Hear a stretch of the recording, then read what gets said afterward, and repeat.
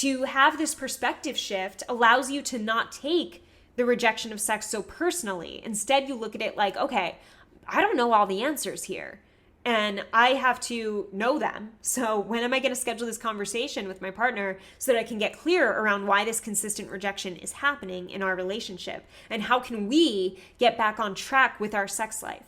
You make the rejection not just about you, it's about something's wrong with us as a team sexually, and we have to figure it out together.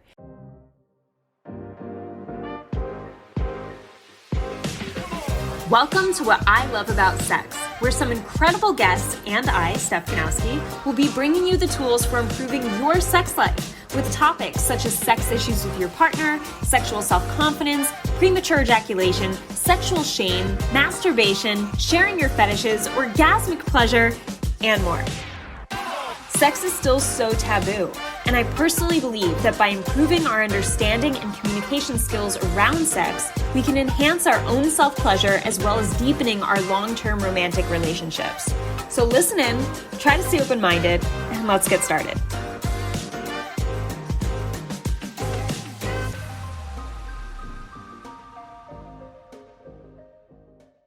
Hey guys, welcome back to another episode on the What I Love About Sex podcast.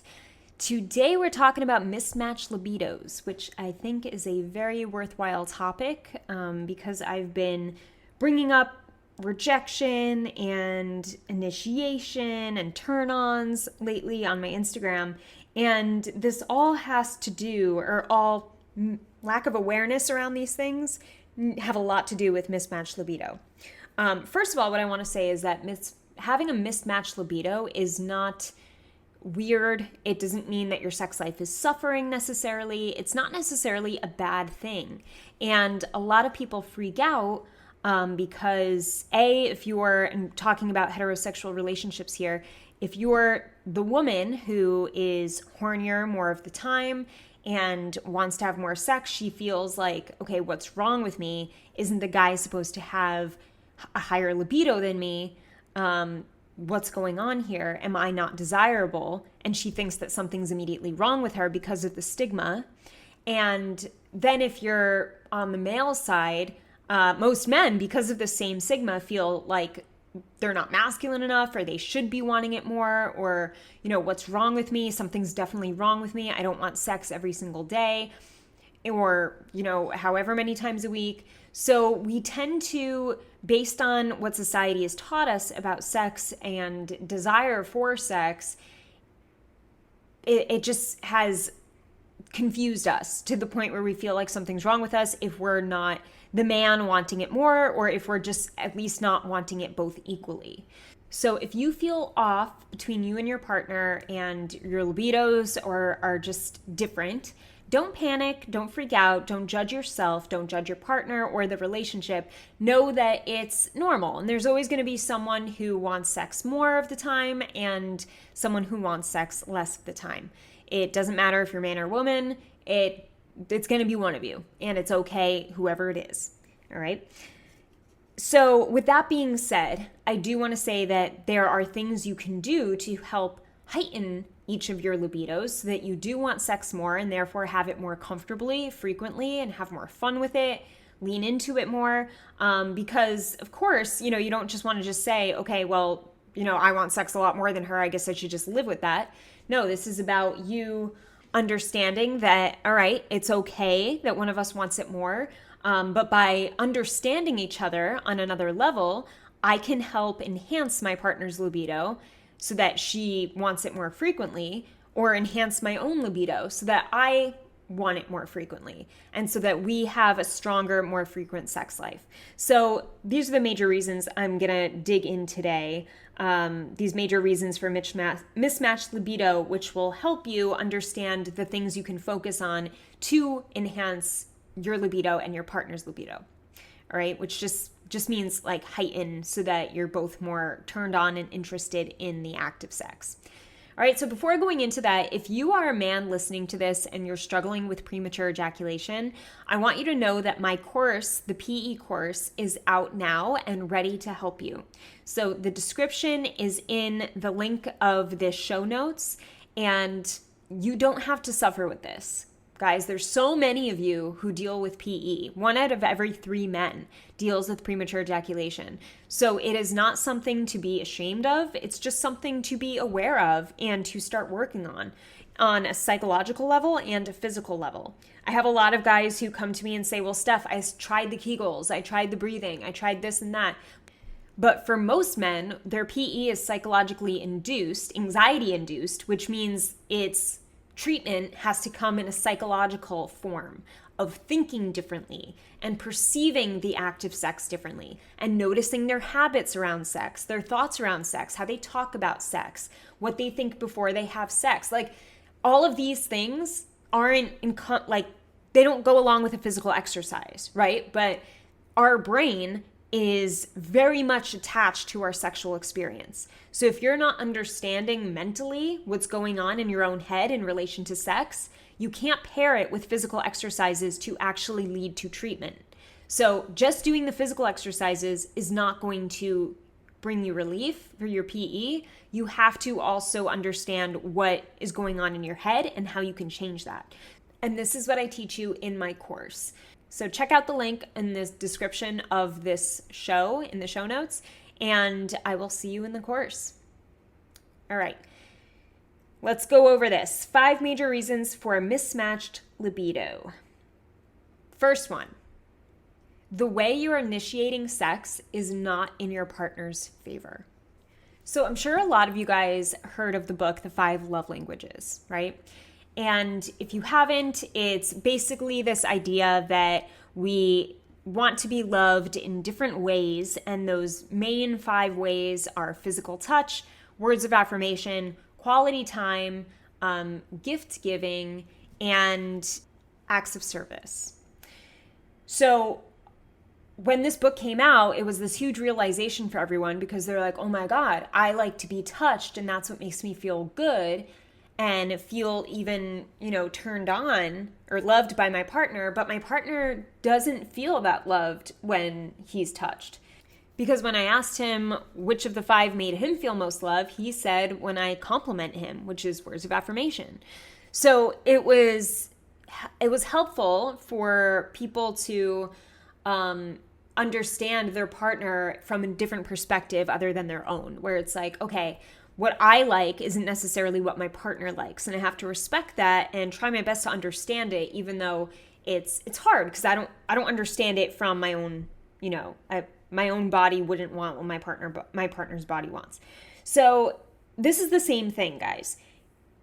Initiation, when it comes to initiating sex, there are ways to initiate sex that you may like from your female partner that turns you on. Like you like when she just comes up and grabs your dick randomly out of nowhere. Like maybe that's something that turns you on and gets you ready for sex in a matter of minutes.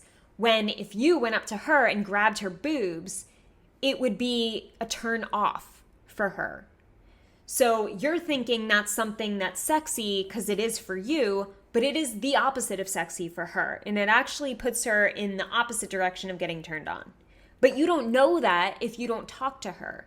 And also if she is never saying anything to you like, hey, I really don't like when you initiate that way. Do you think you can initiate this way instead? So many of us are not having this conversation because we just feel awkward. If you for instance, if you go over and grab her boobs and she's like, babe, stop. Then you're just like, oh, I got rejected again. Instead of being like, maybe she fucking hates this. Let me talk to her about whether she ever likes this, whether she actually wants me to ever initiate this way, or if I should be initiating a different way. All right. So that's a very obvious example of something that most women find annoying and a lot of men do. And then men complain about getting rejected. And I'm not saying it's your fault because she should be also telling you, hey, I really hate when you try to initiate sex that way. It's not a turn on. In fact, it's a turn off. And it's not helpful for our sex life. And that's why I reject you when you do that. We have to have these types of conversations where we could be open and also open to give this information and also be the partner that's open to receiving this information, which may potentially be hurtful, right? So you have to understand that, okay, when you're learning about your partner, there's going to be times when your partner's like, I really didn't like how you did that. That was a turn off. And you have to not react in an offended way, right? Don't get defensive. Don't be like, oh, well, maybe like you should do this then. No, just listen to your partner. They're giving you very important information, right? Just as when you share with your partner, like, I really don't like when you just grab my dick out of nowhere. That doesn't help get me in the mood. It actually just, it turns me off or whatever. Maybe it does nothing. And you're honest in sharing that, then you definitely want a partner also who doesn't get defensive and isn't like, okay, well, I'm never going to initiate then. You want a partner who's like, oh shit, really? Oh, I didn't realize that. I thought you liked it. Because we always laugh when I do that. And you're like, yeah, well, I laugh because it's kind of like, I don't know, it's kind of awkward and I just laugh it off, so I don't hurt your feelings. And she's like, oh my God, wow, I didn't know that's why you were laughing. Okay, how do you think I should initiate with you instead of just grabbing your dick? Like, is there a way that you like me to? What would be sexy for you? That's a healthy conversation. Because yeah, there might be some hurt feelings in the moment because it's like, oh man, like hurt feelings as in you're kind of embarrassed, right? You're kind of like, oh shit, like I've been squeezing her tits the whole time and it's a turn off, like fuck, or like fuck me. So you might have that type of thinking where it's embarrassing, but we don't want your embarrassment to be to come out in defensive communication that puts in a stop to you guys understanding what would be a good initiation. All right, so if you're leading with the same, let's say like you're initiating the sex the same way over and over and you're always getting rejected, look at the way you're initiating. That might be the sole problem, okay? And you have to assume that it is. I know I say not to assume, and let's not assume. Let's actually talk to your partner. Assume that there's potential and then go directly to your partner and actually talk about, hey, do you think this is the reason why you don't feel in the mood? Because I'm not doing a good job of initiating in a way that you prefer, that actually helps you get turned on? Because I want to help you get turned on. When we talk like this, we're acting like we're on the same team with our partner. It's kind of like, I want you to feel good. I want us to have a good sex life. We used to, and I'm willing to put in the work to bring that back. I just need to get some answers from you so that I have clarity on what to do. Because I'm not a mind reader. Neither is she. You're both not mind readers. So to ask your partner, even if you don't have this issue or you don't think this is an issue for you, I would still ask your partner how they like for you to initiate best. In fact, Andrew and I have a relationship check-in tomorrow, and this is one of the things I'm going to ask him. I'm going to say, hey, I never asked you your favorite way that I initiate sex with you. And I want to know, like, your top 3 favorites. Because that makes me feel more confident initiating, and it helps him to be truthful with me around what he finds most sexy about when I bring up sex, for us to have it. That's great for both of us. So why not have that conversation, even if it's not necessarily a problem or stopping you from having sex? Still have this conversation. And if you're not having a lot of sex, then this is definitely a conversation you want to have. All right? Just ask your partner, hey, what is your favorite way that I initiate? And then tell her, don't forget to tell her your favorite way. All right? Is it when you guys have some quality time together? Maybe it's more on an emotional level where it's not so physical, but it's more connecting, having a date night, and then initiating right after date night because you've had a deep conversation, you've had time away from the kids, and that's the best time where you are most in the mood, right? You might be that kind of guy, and that's okay. That's great. You might be the kind of guy that needs a lot of physical compliments. And that's something that makes you feel really sexy and that turns you on to be coming from your woman. So when she's physically complimenting you a lot and giving you a lot of physical attention and maybe even touching you a little bit with those compliments, that's your favorite initiation. So you should tell her that. So figure out what yours is, be ready to share with her, and then ask her and show her like, hey, it's okay. Like, take your time to think about it if you need some time, but I wanted to tell you mine, and I think it's important we know this about each other. So the next reason, number 2, major reasons why there's mismatched libido is you don't have an awareness of each other's turn-ons or turn-offs. So this is kind of similar to the one, having the idea of what your partner's favorite initiation is. But instead, this isn't just about initiating sex. This is about keeping, how do I put this? Like keeping the flame alive on a daily basis so that when it comes time for initiation, it's very easy to go there. It's very natural to go there. And what happens with a lot of couples is they just don't have any continuation of the flame burning, right? It just like it's blown out. Like the candle's blown out. There's not even like a little flame. So if it's burnt out, then you have to relight. That takes a lot more energy. It's harder, to do that versus just make the fire bigger. I'm terrible at analogies. I should just stop. I'm stopping right now. But you know what I mean? You want to keep a flame going. You want to keep a simmer all the time on a daily basis. And that's how you don't lose the spark of your romantic actions toward each other, because you have to make sure that you stay in a romantic relationship with your partner and you're not just always in the friend zone to the point where you're such good friends, but then sex becomes this awkward thing because you hang out as friends and there's never any romantic or desire building activity within your day-to-day actions. You know what I mean? So it's important to keep a certain level of turn-ons going on a daily basis so that you can keep that flame lit, and so that sex becomes a very easy thing once you initiate it, because the flame is always going, it's always burning. And that what keeps it burning is you understanding your partner's turn-ons. And this could be in the same conversation you have with your partner where it's like, hey, another question for you, or what are your major turn-ons when it comes to our relationship and what I do, what I say, how I act. What are the top things that turn you on? Like the top 3 to 5 things. Make it easy for them. Don't be like, write me a list. It might be difficult for some of your partnerships to come up with maybe even one thing, so take what you can get. It's okay. But shoot for 3 to 5 and get an idea of like, what is it that you do, the little things you do on a daily basis that turn your partner on. I know something for me, an example that Andrew shares with me is when we're out and we're socializing and someone asks me about what I do and I go off. I don't really go off. I'm just very passionate about what I do, right? So I start sharing and then a crowd forms around me. He always says it's like moths to a light, or like it's just people gravitate towards my bubble of conversation because it's so captivating for so many people. And he loves watching me in that light. So for him, that's a turn on. Like hearing me talk about my passion for work, which is something I just about do with him on a daily basis, is like this little hint of I'm attracted to her. Like I love this version of her. I'm so attracted when she does this thing. So that's an example, right? It doesn't have to necessarily be sexual, but it's a turn on. It's something that turns your partner on. All right.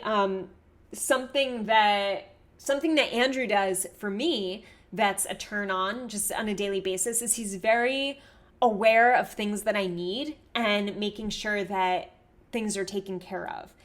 So I'm trying to sell stuff in my apartment for the move. And he's like, babe, don't worry about the photos and posting them and selling stuff. Like I'll do that because I know you have a shit ton on your plate. Plus you're trying to heal, so he like takes over things. And of course I'm still helping him set up all the stuff to get the pictures done and all that. So it's not like he just does a bunch of shit for me, but he literally just texted me and he was like, hey, I'm going to Whole Foods. Like, do you want anything? What can I bring you?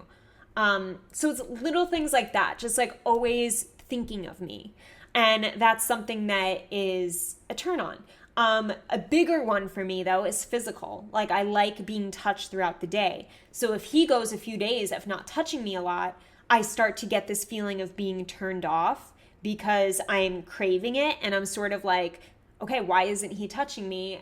This is annoying. If it's been a few days, I'm just like, are you okay? And I ask him, what's going on? Because that is so important for me to feel loved by him and like for me to feel in a romantic relationship with him is that constant physical touch. in little ways. It doesn't have to be sexual, but like in little ways throughout the day. So that's another one for me. It's probably even bigger than the first one. Physical touch is my biggest. So you may be more of a touch person. You may be more of a emotional connection person, but you may be something else. But to know your turn-ons and to be able to share them with your partner so that your partner is aware, that's so powerful. And it just gives you so much information. It lets your partner be honest with you. And now your partner knows that you know. It's just so healthy. You know, we have to just put these out there for our partners so that we know, like, we could get treated the way we want to get treated, and our partner knows that they're doing the right thing. Same with turn-offs, though. So this is the scarier one to have a conversation with. You probably, if you follow TikTok, you know that there's this trend right now going around. And it's like, these are my boyfriend's icks. I don't know if it's just boyfriends. I've seen only women do it, but maybe guys do it with their girlfriends. But what they're basically saying are like, these are the little things that my partner does that are really just gross me out or turn me off. And I'm just like, ugh, it's so annoying. So we also have those with our partner. And every one of us has those. There's always those little things. Like, I have yet to share my icks with Andrew, and that's another question I have for tomorrow. But I'm going to share with him. I want him to share with me. And even though it might be embarrassing, you know, to hear his reaction of like him telling me his icks about me, but it's something that's important to know. I know for sure that one of them is when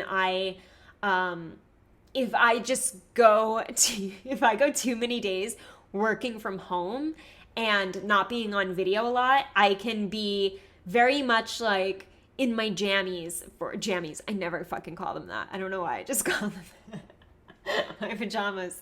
Like just a big baggy t-shirt, right? And I'll just work pretty late into the morning, and then you know, the thing is I don't look presentable.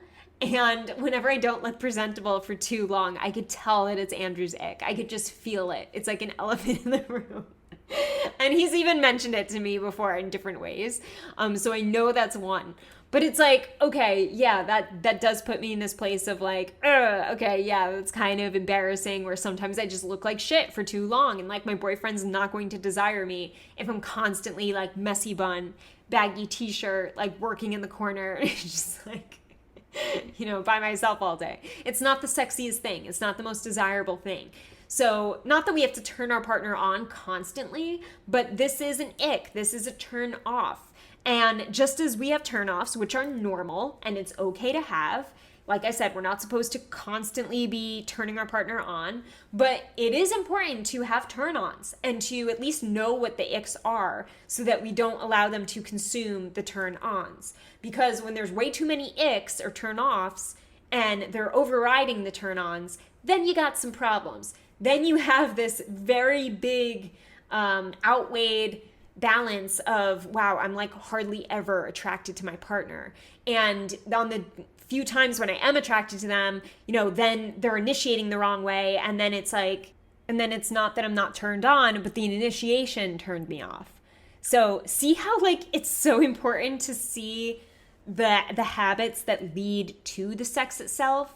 And this isn't something you have to consciously think of every single time, but you have to get into habits of having conversations with your partner and listening to your partner so that it doesn't take much effort to stay on track with the behaviors that lead up to sex. All right. So know the turn-ons and know your partner's turn-offs, because if you don't, you will struggle with having mismatched libidos. Most likely. All right. Number 3. The 5th reason for common mismatched libido is responsive versus spontaneous. All right, so this is another thing that makes you and your partner different when it comes to sex. There's often a partner who has a responsive or a reactive desire, and there is a partner who has a more spontaneous desire. So that means that one of you can have sex at the drop of a hat. Like you're ready to go. You are mentally stimulated first. Like you think about sex and you immediately get turned on. You're ready, right? And then there's another there's usually the other partner is reactive or responsive, and this looks like them needing physical arousal first in order to get mentally turned on. So what that means is that, first of all, we've been taught that most men are spontaneous, and I believe this to be true. In the majority of heterosexual relationships, men are more so spontaneous and women are more so reactive or responsive. However, in my relationship, I'm more spontaneous and my partner is more reactive or responsive.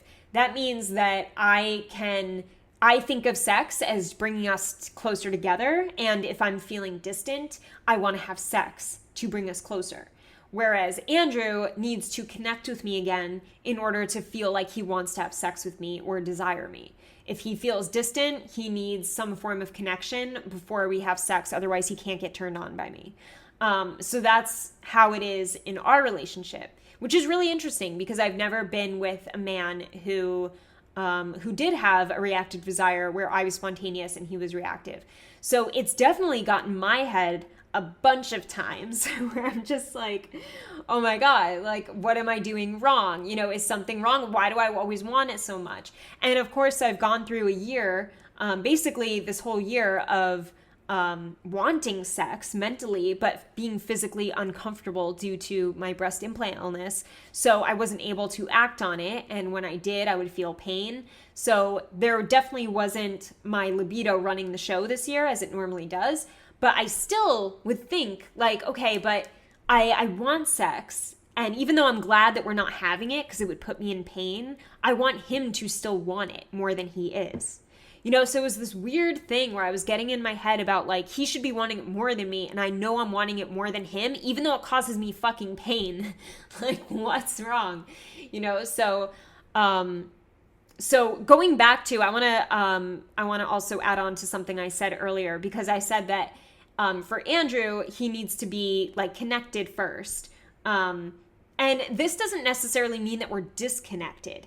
It means that he just has to feel like more of a physical connection. Like if we lay on the couch, if we're cuddling for a while, if we're sharing a lot of stories and we're very animated and into each other's conversations, if I'm, you know, if we're laying down together and I'm like rubbing against him, you know, that's something that will get him thinking, oh, like I want to have sex with her, you know. And for me, it's just like I'll be at home like finished a long day and I'm like, oh my God, I'm horny, and he comes in the door and I just want to have sex, like and that doesn't mean that I want it right then and there. I still need to be warmed up. Like I still need to be physically prepared, but my mind is already stimulated to the point where it's like, all right, let's go.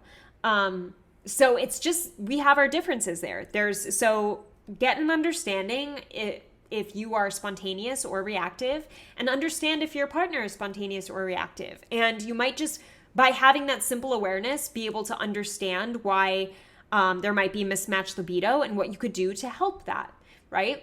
For me, now I know, for instance, that Andrew has reactive, so I'm not as in my head as I once was about why isn't he wanting it more than me? He's the man. He is supposed to be more spontaneous than me. And now I'm just like, you know what? No, it's just, it can be the opposite. And it's okay that he is that way. It doesn't mean something's wrong with him. It doesn't mean something's wrong with me. It just means I need to connect with him more physically before he can entertain that idea naturally. So that's all it means. But now I'm aware of that, so I can help that happen.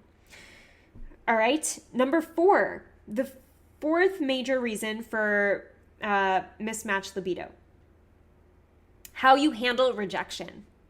So this is a big one because there are a lot of women, especially since I'm talking to you guys, who are just very turned off by the way their men handle rejection. And I've heard so many women talk about, oh, well, he goes in the living room and he pouts. Or he literally pouts for the rest of the day, and it's so unattractive. I feel like I'm dating a teenage boy, and it just kills my desire for him. Like any desire I have left is squashed. And that can really damage because what happens is like the moment sex ends, you begin the foreplay for the next encounter. So you want to think of it like you got to constantly be on when it comes to building that desire for your relationship. So if you initiate sex with your partner and it's not the right type of initiation, it's not the right time, your partner's just not in the mood and not about it, all of those things are okay.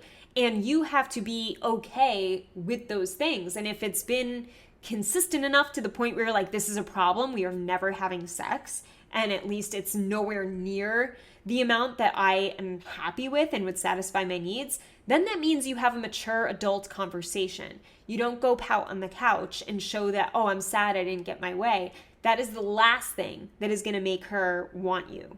And she will want you less and less the more you do that, or things like that. There's also a lot of men who, and I mentioned this on my Instagram today, a lot of men who initiate sex in a joking way because they know that they'll be able to handle the rejection easier because it's just a joke, so they could just blame it on being a joke. So an example would be a guy like, oh, well, if we had sex tonight, then we could try that. And he says it like that, and he's all like, animated and kind of goofy when he says it. He's like, well, if we had sex tonight, like we could try that. And she's like, no. And he's like, yeah, I know. I was just kidding. Like, you weren't kidding. You want sex, but you're asking for it in a very immature way that is in a joking manner because you don't want to get hurt. You don't want the rejection to be as painful. So you're making it a joke. But most of the time, that joking initiation will not work. It is not sexy. It's not confident. You're going in with this insecure mindset, and this woman feels an insecure man coming at her sexually, and that's never a turn on. Like, that's never something that's like, okay, like once in a blue moon. And if you guys are used to joking, there's a very small percent of couples, I imagine, that are into joking like that, where they can have sex starting off a joke. Like, that's okay. Nothing's wrong with that either. I'm just saying that's not the majority of couples. Like, the majority of women will not be turned on by you initiating sex in a joking way to protect yourself to not get as hurt. So understand how to handle rejection. And what that means is, like, yeah, it's not easy. Rejection sucks. It feels shitty.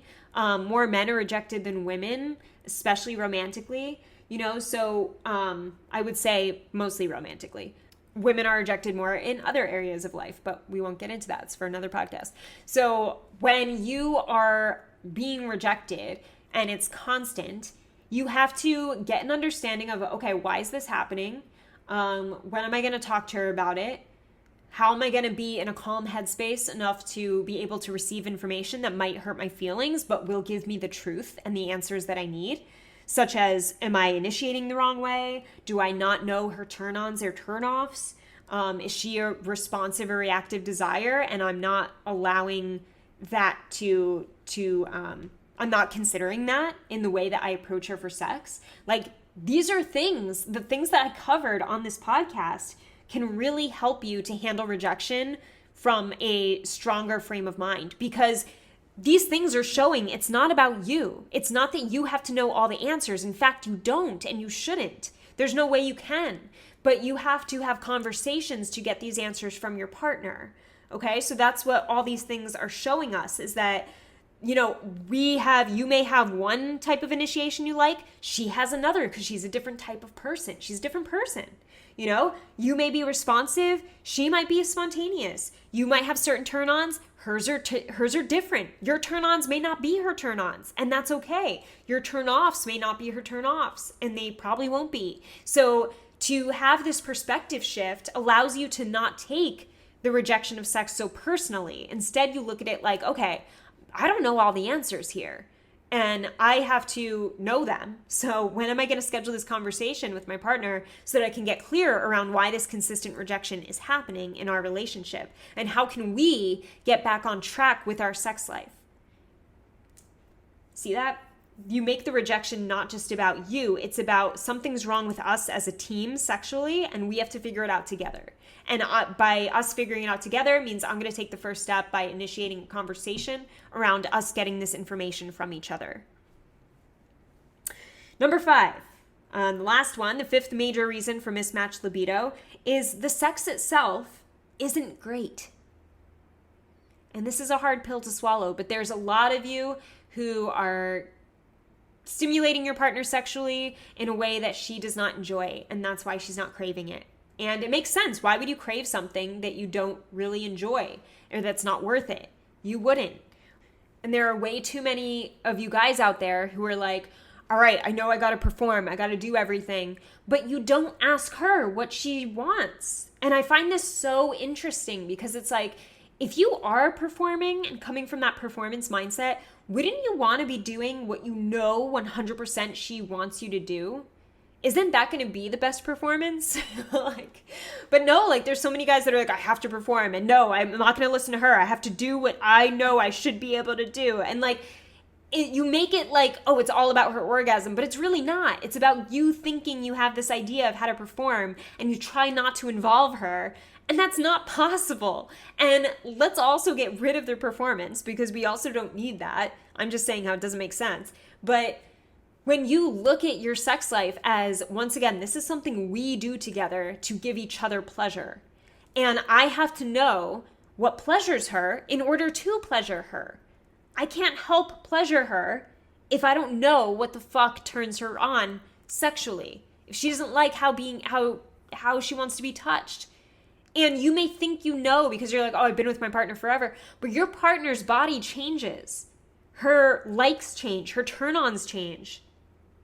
Her turn-offs change. She may have been turned off by giving you a blowjob or anal years ago, but now she'd be interested. And if you don't approach that conversation again and have it, because most likely she won't bring it up, if you don't bring that up again to see if her views have changed, you will never get a blowjob. Or you might if you do it, right? I've seen partnerships where the partners were turned off by something, and then years down the road, they're like, you know what, I'd be open to try it. And then they try it and they love it. Or they at least like it, and they're willing to give their partner that thing. Because they're like, hey, I could do this now. Yeah, it's fine. It's not that big of a deal. I used to think it was. I know there are things for me that I used to think I would never do, and now I'm down to do. There are things that I'd be willing to do for my partner if he wanted to, but he doesn't. And it's there's always those things where it's all right, the door's always open if you want to try this or this or this. But if you don't, that's fine too. So our preferences change, our willingness changes, our turn-ons and turn-offs change. So if you're not having updated conversations about what sexually stimulates you and how you like to be pleasured with your partner who is pleasuring you, I don't know how I started that sentence, but it's important. You have to know how you enjoy being pleasured, and then you have to know how to communicate that with your partner and not blame your partner for not doing a good job if you are not communicating what needs to be done. All right? And this goes for men and women. You have to share with her what it is, how it is you like to be touched, or how you like to be sucked, or what you want done to you. Or if you have a fetish in mind and you want to bring it into the bedroom, asking questions about it, bringing curiosity into the relationship about it. Having that freedom to do that. This is your partner. This is your teammate. This is your friend. Hopefully your best friend that you could tell anything to and you trust with your life. If that's your long-term partner, which I hope it is for the majority of you listening, then you shouldn't have a problem talking about sex. And to talk about sex means you have more sex. And it also means you have better sex because your partner actually craves it. When you talk about it and you share the truth about your desires and your needs and your pleasures and how you want to be touched and how your partner does something that you're not crazy about and you would prefer it was done a different way, and you actually aren't afraid to share that, then you get the real answers, and then you get real pleasure, and then you both crave it because it's real and it's what you actually want. So we both have to feel comfortable having conversations about being honest with the things that are turning us off and the things that turn us on and the way we want to be touched and talked to and licked and sucked and spanked, etc., etc. Because if we don't share that, we don't create this open space of vulnerability to share with one another and trust each other and have a sexually explorative relationship with one another that's fun and exciting, and you can address at any time. You could talk about it at any time because it's your sex life. It's part of you guys. So Have these conversations so these conversations are normal and so that your pleasure is not something that's embarrassing to talk about or shameful to talk about, because it never should be. You know, you should be talking about how you like to be pleasured and what you love most about what your partner does to you. And if there's something your partner does that you hate or can't stand, make sure you communicate it, because that's not helping your relationship and it's not helping your sex life. All right? So talk to each other. Make sure your sex is great sex so that you both want it. Because I guarantee you there's plenty of you listening to this that your partner's just like not feeling pleasured and she's not satisfied. And just because she's orgasming does not mean she's satisfied. It does not mean the sex is great. All right? I don't care if she orgasms 10 times. She may be having a miserable time and not feeling connected to you at all. And she's basically just getting off and zoning out in her head, and she's not connecting it with you, and therefore the sex is not great with you. All right? Don't get that misconstrued. Multiple orgasms does not mean you're great. And I don't want to do that to hurt your feelings or say that to hurt your feelings, but it's true. All right? And then there may be a woman who you're with who hardly orgasms or has one orgasm, and it's the best sex she ever had and has, because it's not something that happens all the time for her, but she's actually involved in the pleasure. She's connecting you to her body. She's saving all of that anticipated desire to have that one explosive orgasm that she craves. And it feels fucking amazing. And she looks at you like you're a sex god because you know exactly what to do for her body, and she looks forward to that every single time. So you can't base it off orgasm, is what I'm saying. Very important. Very, very, very important. All right, so those are 5 major reasons for mismatched libido. I made them up myself, so I'm sure there are other reasons that I didn't speak on today. These just came to mind right away, and I was like, you know what, I'm going to record right now because I'm feeling fired up. And yeah, I hope that was helpful. Don't forget to check out my sex meditations if you haven't yet. They are also in the description of this show. And these sex meditations will help you get familiar with your own arousal so that you understand, all right, what are my turn-ons? What am I lacking confidence in when it comes to my sex life? How can I improve my relationship with my dick? How can I have better sex? How can I be more present with my partner during sex? And listening to these meditations on a regular basis will help you reprogram your mind so that you actually start coming from this place of self-awareness when it comes to having sex. Like, you're actually present, you're there, and you know what needs to be done to be a confident partner for your sex life. All right, guys, that is it for today. Have an amazing morning, evening, or night, wherever you are in the world, and I'll talk to you soon. I hope this episode helped you. If it did, I would love for you to leave me an iTunes review. It would mean the world to me. You can also screenshot your favorite episodes and tag me on Instagram @StephKanowski. And before I go, remember, your sex life is as good as you make it out to be. Until next time.